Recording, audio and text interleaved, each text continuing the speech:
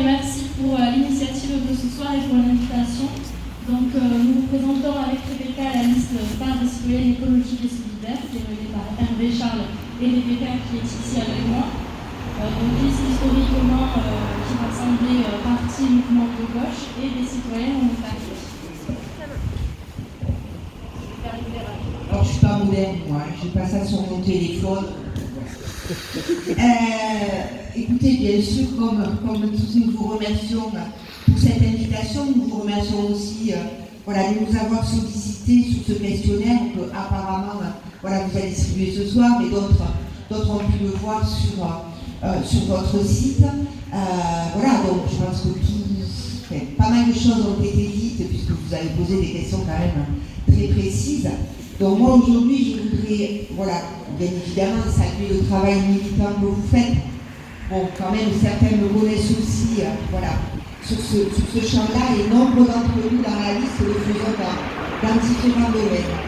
Mais ce que je voudrais vous dire, c'est que nous avons, au cours de notre mandat, porté la question des mobilités et plus particulièrement du vélo au conseil municipal de Tarbes et à l'aglo, Hervé, Charles et moi, en participant de manière assidue aux commissions ad hoc.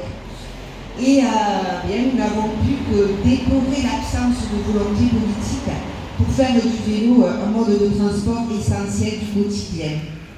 De la même façon, nous avons dénoncé le désengagement de l'État avec un arrêt brutal du plan vélo en 2024. Avec sa pluriannualité, les collectivités avaient la stabilité nécessaire pour planifier et réaliser des aménagements durables. Il ne faut quand même pas oublier cette dimension-là. Alors la commission municipale s'est vite réduite à la seule question du stationnement.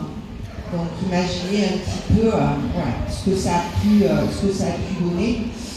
Et au niveau de l'aglo, le montage technique a été marqué par l'absence prolongée de la direction et du chargé des mobilités.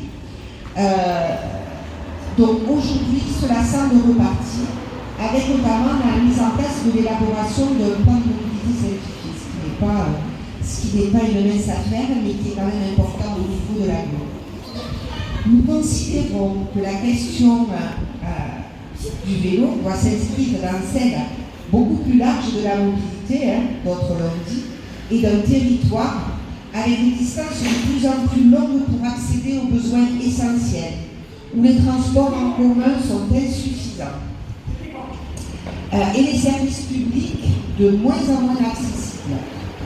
Alors cela nous conduira à faire des choix en matière d'investissement, et ils seront favorables à la mise en place d'un système de vélo sur notre territoire. Nous portons aussi dans notre programme, et nous l'avons déjà soutenu à l'aglo, la gratuité et le renforcement des transports en commun avec un cadencement et un maillage repensé, un retour en régie. L'intermodalité est une nécessité dont nous avons avec nous pas mal de cheminots. Voilà, donc on ne va pas faire le listing de tout ce qu'on va faire, puisque de toute façon ça on va le faire avec vous. Mais bien évidemment nous partageons avec les unitaires et apparemment avec M. Lagonel, on ne partage pas exactement la même chose au niveau du 30 km/h, parce que pour nous ça ne sera pas uniquement dans l'hyper-centre-ville, mais ça sera bien sur toute la ville. Donc voilà, bien sûr, une ville apaisée, un partage de l'espace public, un réseau cyclable cohérent, continu et sécurisé, de la place à la marche et aux mobilités actives, bien évidemment, dans une logique aussi de lutte contre la sédentarité et de santé publique, les nouvelles écoles, le stationnement adapté avec des frais arceaux et pas des trucs qui vous abîment vos lames. Voilà, on peut faire un plan de circulation parce que parfois le plan de circulation ne suffit pas, mais est un élément quand même essentiel à faire d'une ville cyclable. Oui, bien sûr, on veut recoudre la ville, nous aussi. On veut relier les quartiers. Voilà. On veut repenser cette ville aussi pour faire face aux enjeux climatiques. Mais nous voulons surtout rompre avec des pratiques verticales et rendre la ville ses habitantes et à ses habitants, par une vraie participation de chacun et chacune aux décisions. Et cette question du vélo, bien évidemment, et de toutes les mobilités prendront bien sûr toute leur place. Nous ne sommes pas des élus omniscients. Nous concevons notre projet comme le fruit d'un croisement des savoirs, celui des agents, celui des usagers et bien évidemment celui des associations qui les représentent. Voilà, ça c'est quand même un élément, voilà, donc on n'a pas tout construit, on ne va pas partir de rien, on va repartir avec vous. Voilà, on ne part pas de rien.